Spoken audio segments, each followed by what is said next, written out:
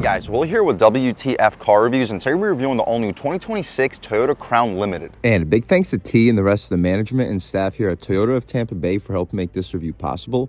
I'll leave a link to our inventory below, and if you're looking for a new car, SUV, or truck in the Tampa area, I would definitely recommend checking these guys out and ask for T. And for those of you guys who don't know, Toyota brought back the Crown as a premium lifted midsize hybrid sedan back in 2023.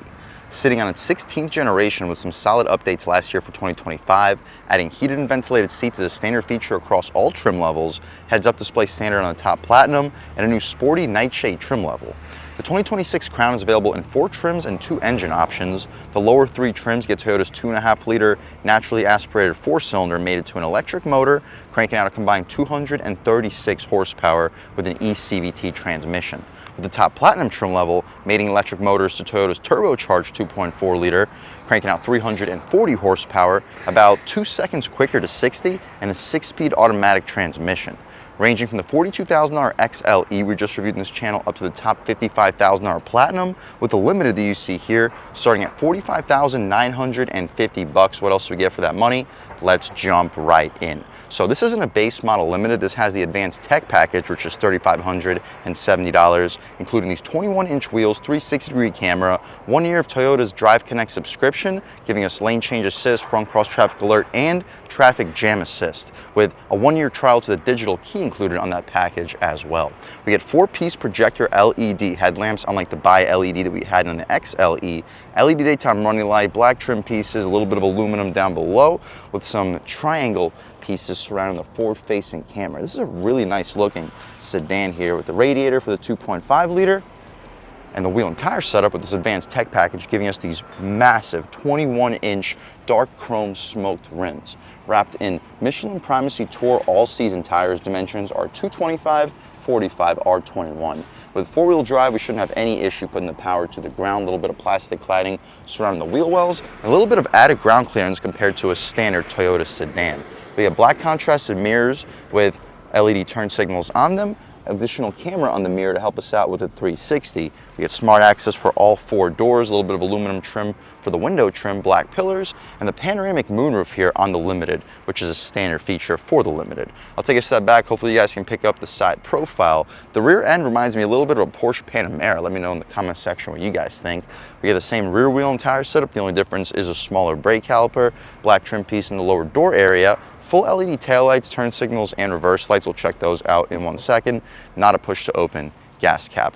We get hybrid electric vehicle, all-wheel drive, and shout out Toyota of Tampa Bay for helping make this review possible. Crown underneath the backup camera, Limited in the lower right corner, reverse lights part of the bumper area. The exhaust tip in the lower right corner, it's actually a dual exhaust setup. We're not going to rev this hybrid setup. It's not a conventionally revving system. We'll pop the hood and see what we got. All right, guys, here we have the 2.5-liter hybrid setup sold by Toyota for the 2026 Crown, cranking out 236 horsepower, sending the power to all 4 wheels. You can expect the 0 to 60 time of around 7 seconds, maybe a little bit quicker if you get a great launch, maybe a little bit slower for being a little bit more realistic.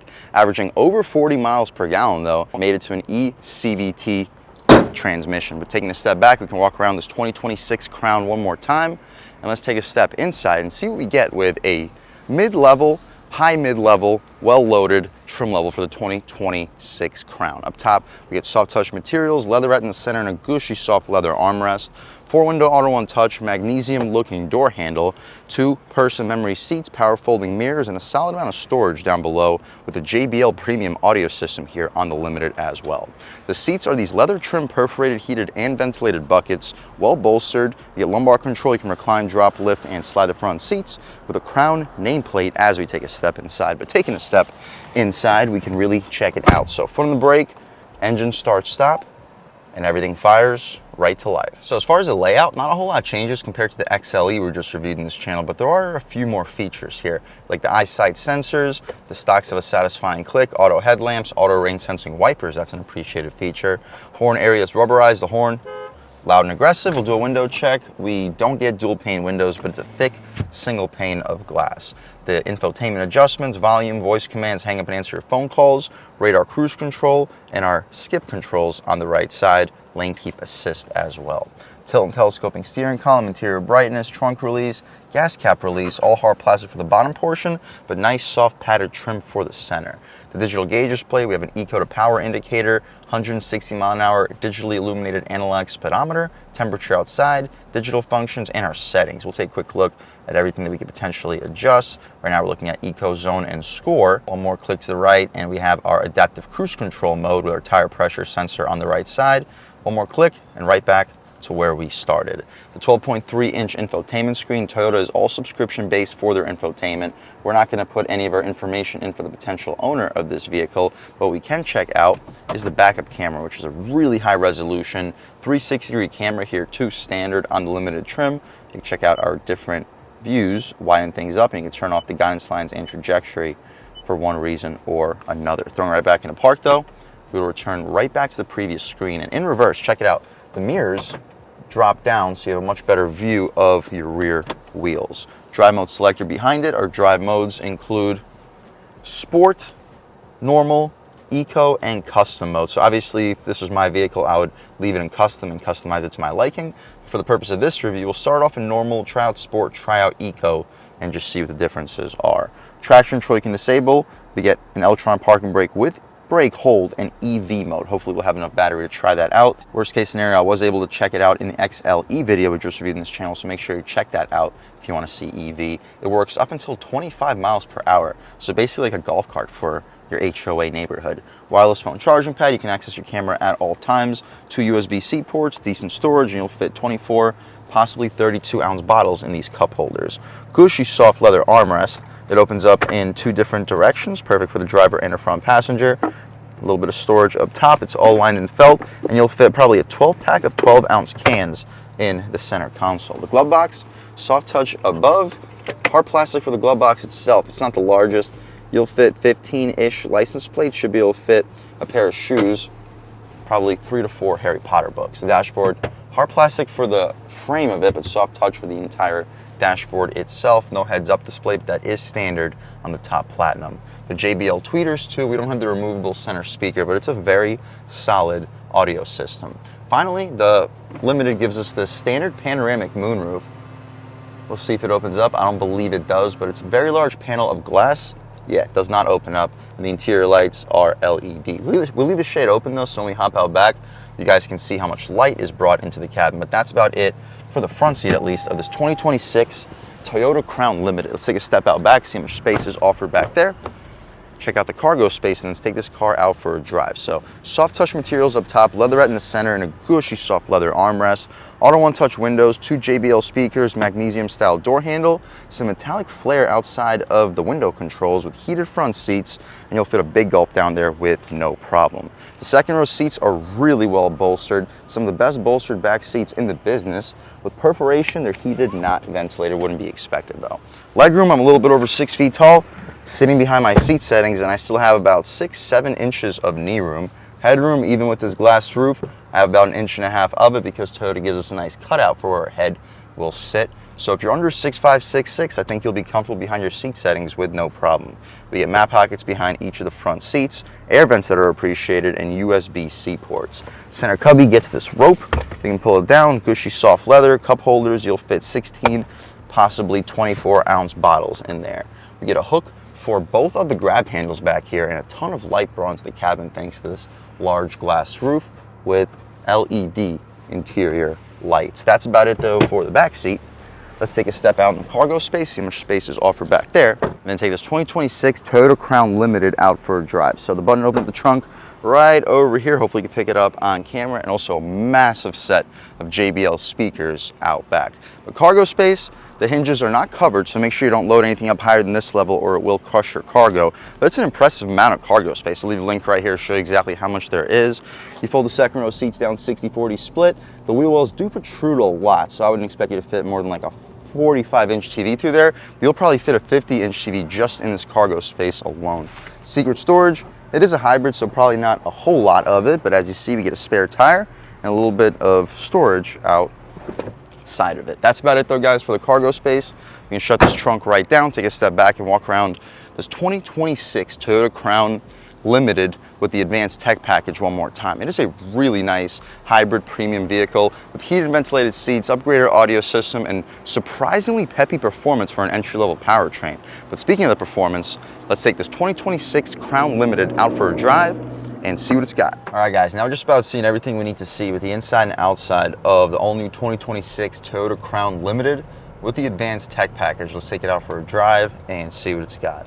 My first impressions though, the car drives very nicely. Toyota has probably the best hybrid system on the market right now when it comes to seamless engagement. From full electric to from full electric to hybrid, you really don't feel much of a transition. With the radio turned off, you can hear the transition. You can hear when the engine's off versus when it's on. But you turn the radio on, this is easily one of, if not the most seamless hybrid setups out on the road today. And just cruising along, it's very quiet, the brakes are responsive, the regen, you feel it, but it's not annoying. You let off the brake pedal and you still feel yourself slowing down sometimes. In normal mode, let's lean into it about halfway. It's responsive, very responsive through the foot, but once you get to the mid-range or higher RPMs, you start to realize that it's just a 2.5 liter 4-cylinder under there. But the electric motors do give you a very solid assist in the beginning. Try out some passing power in sport. Yeah, the throttle gets a lot more sensitive in sport mode. Steering gets a little bit more weight as well. We'll open her up a little bit more and I'll catch right back with you. You take a step out here, and even in sport mode, the gas engine does not engage until you really lean into it a little bit more. About half throttle. Nothing crazy, but it gets up and goes very well. Sport mode adds the sensitivity through the foot, but it doesn't really feel more powerful. We could throw it in here a little bit quicker than we should. Handling is very good. Good steering too on the gas. Really responsive. Just not much space for us to go. We try out some passing power in sport, about half throttle. It feels really good at half throttle, but the difference between half throttle and full throttle isn't very drastic. We could take it out of sport. Hopefully you guys picked up the performance. Let's completely change the pace and go into eco mode. And here, the throttle becomes a lot less sensitive. This is half throttle in eco mode. I mean, it still gets up and goes fine. It's just not as responsive, not as instant. But this is also where you're going to get your combined 41 miles per gallon. In sport mode, it's still going to be very, very fuel efficient, but you're probably not going to see anything in the 40s. It does take a little bit more throttle pedal to keep this thing moving and uphill. Try passing power one more time. Not bad. It doesn't blow you away, but 0 to 60 in around 7 seconds, 40 miles per gallon, and a vehicle as comfortable as what we're sitting in here, under $50,000, you get a lot for the money. And at highway speeds, on concrete pavement, yes, you are starting to hear a little bit of road noise, but it's not bad by any means. Overall, guys, if you're looking for the most premium and efficient way into a sub $50,000 mid-size luxury car, okay, I'm not going to call this a luxury car by any means, but it feels very premium. On the road, it's quiet, it's responsive to the foot, you don't feel bumps, you don't hear any noise. Heated and ventilated seats, upgraded audio system, dual 12.3-inch screens, and it's genuinely comfortable and spacious. Under 50,000 bucks, if that's what you're looking for, guys, I would 100% recommend checking out the 2025 or 2026 Toyota Crown Limited with the advanced tech package. And a big thanks to T and the rest of the management and staff here at Toyota of Tampa Bay for helping make this review possible. I'll leave a link to your inventory below, and if you're looking for a new car, SUV, or truck in the Tampa Bay area, I would definitely recommend checking these guys out, and ask for T. And a huge thanks to all you guys for watching. I had a great time making this video. If you're new to the channel, please subscribe. If you've already subscribed, thank you so much. You guys know the channel is just not possible without you, and I really appreciate the constant support. But again, if you haven't subscribed yet, please subscribe. Leave a like too. It really helps me out with the YouTube algorithm. That's how these videos get promoted to new people. Leave a comment. Let me know what you like. Let me know what you don't like. Leave a comment. Let me know if there's any specific cars, SUVs, or trucks you want to see reviewed on this channel, and I'll definitely try getting those videos for you ASAP. But other than that, again, thank you guys so much for watching, and I hope all of you have a great day.